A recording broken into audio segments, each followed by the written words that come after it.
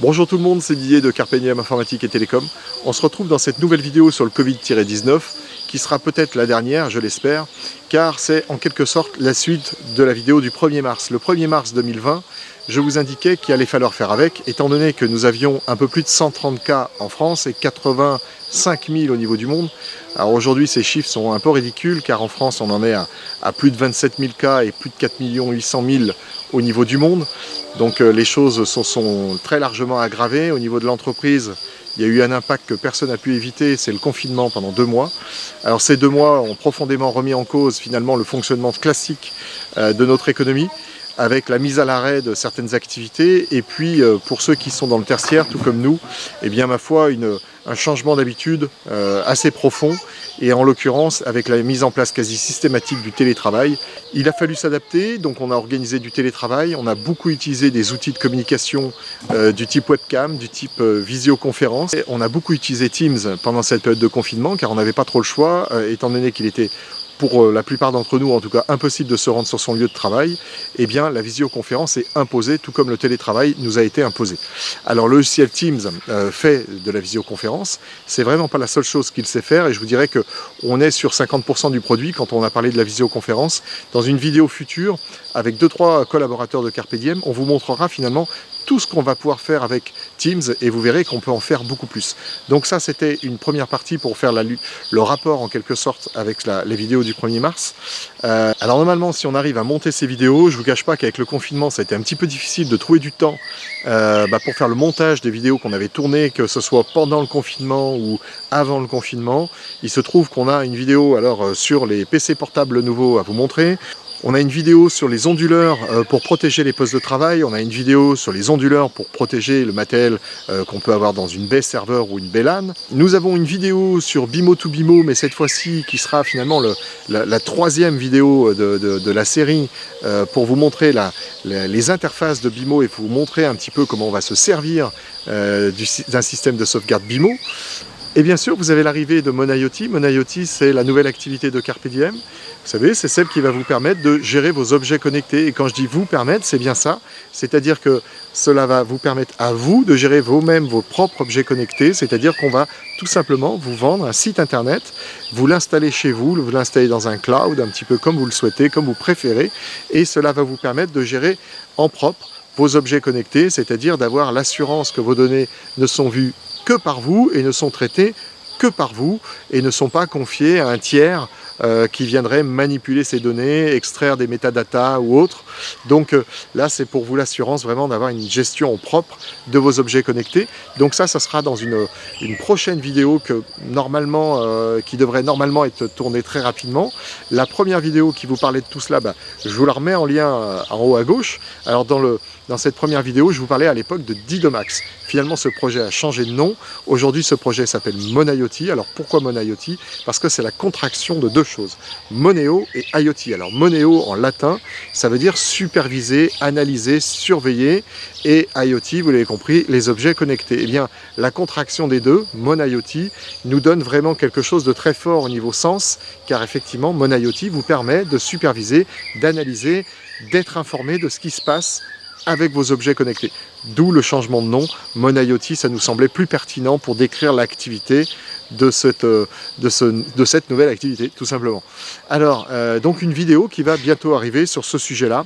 Donc vous voyez, on a encore beaucoup de vidéos à venir.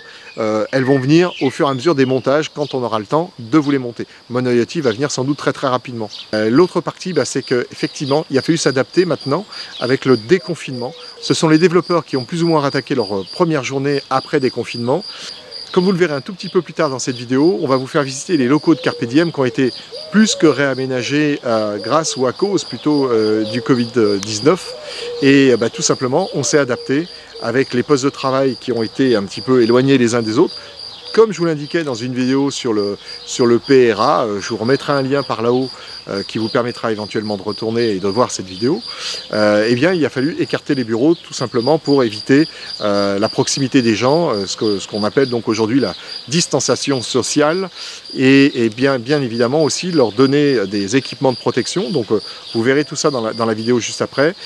Lundi, ça a été les techniciens réseau qui sont retournés à Carpe Diem, et finalement on alterne un petit peu comme ça entre entre les techniciens réseau, les développeurs, les personnes de l'administratif, celui qui s'occupe du marketing à Carpe Diem.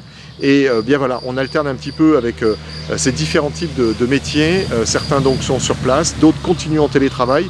Combien de temps, je ne peux pas trop vous le dire, ça va dépendre un petit peu de l'évolution de la situation.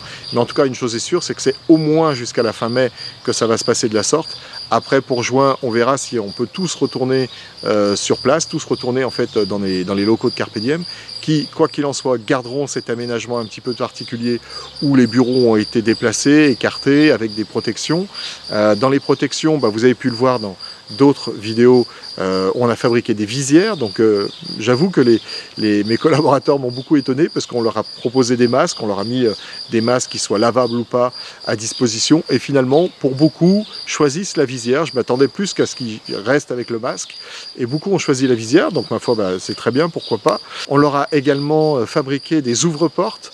Alors on n'a pas fait de vidéo sur les ouvre-portes, on a fait une sur les visières, on n'a pas fait sur les ouvre-portes, mais nous vendons des ouvre-portes à nos clients et à nos voisins, on va dire, du Norly à Écully, tout simplement pour éviter le contact au maximum, car on peut bien sûr se laver les mains en permanence, c'est de toute façon quelque chose qu'on fait aujourd'hui de façon beaucoup plus fréquente, mais malgré tout, quand on a un ouvre-porte, c'est quand même vachement plus facile d'ouvrir les portes avec. Je vous mettrai une petite photo juste après, ou alors je vous la mettrai pendant que je vous en parle.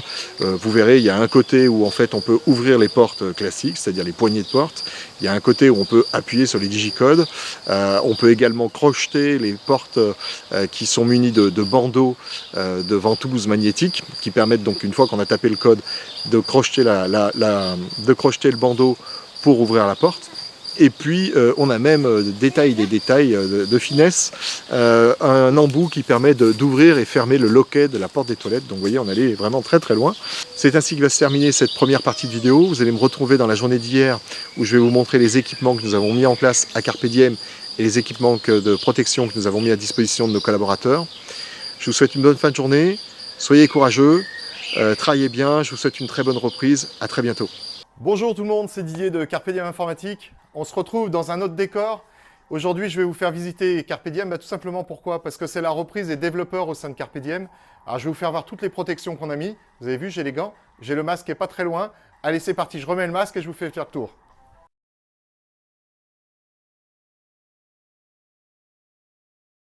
Alors ici, cette petite vidéo qui va recommencer, vous la connaissez. C'est notre nouvelle vidéo intro. Notre espace à café, comme vous le voyez, 2 personnes maximum. C'est moins drôle, mais que voulez-vous, c'est comme ça. Allez, on suit la flèche. Alors ici, vous avez des postes de développeurs qui sont en fait un petit peu chamboulés, tout simplement parce qu'on a divisé un peu les équipes en deux. On a une partie des équipes qui travaillent en télétravail, 2 jours ou 3 jours par semaine, une autre partie qui travaille 2 jours ou 3 jours par semaine ici, et puis enfin, on a l'administratif et notre designer marketing qui, lui, travaille entre deux, on va dire, 1 jour ou 2 jours par semaine ici et le reste du temps chez lui. Donc, comme vous le voyez, nous avons la petite visière dont nous vous avons déjà fait la promotion, le gel hydroalcoolique, la petite bouteille d'eau, les petits mouchoirs, les masques réutilisables, lavables, chirurgicaux, la petite pochette de lingettes. Allez, c'est parti, je vous fais faire le tour. C'est rapide. Hop. Ah, la platine vinyle. Et oui, nous sommes dans une entreprise où on écoute des vinyles. C'est pas banal. Alors ici, normalement, ce poste n'est pas là. Mais voilà, Covid oblige. Le designer a été délocalisé. Alors, on suit la flèche, toujours. Vous avez ici le petit point pour les clients, pour les visiteurs, ceux qui n'auraient pas de protection. On a prévu des masques pour vous. On a prévu du gel hydroalcoolique, des visières, des lingettes, des gants. Bref, vous avez tout. La petite poubelle déchets Covid. Allez, je vous fais rentrer dans l'endroit le plus bizarre de Carpe Diem.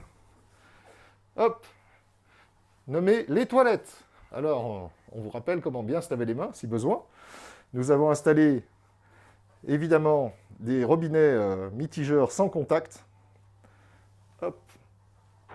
Voilà, alors c'est parti. On va suivre le guide. On retrouve la vidéo. Le sens de la flèche. Un premier développeur. Très studieux. Un deuxième développeur. Salut Ibrahim. Salut. Et puis ben voilà, d'ici quelques minutes, nous allons parler du projet que vous allez bientôt tous connaître, qui est Mon IoT. On vous en a parlé un petit peu il y a pas loin d'un an. Le projet avance. Eh bien, c'est aujourd'hui normalement que va sortir peut-être, potentiellement la version 1. Je regarde les développeurs, je sais pas, ils sont confiants. Daniel, oui, non? Ça devrait aller. Bon, me voilà rassuré. Ibrahim est fou joyeux. Allez, eh ben écoutez, retour au point de départ. C'était vraiment une vidéo très courte. Je vous repose la caméra juste ici.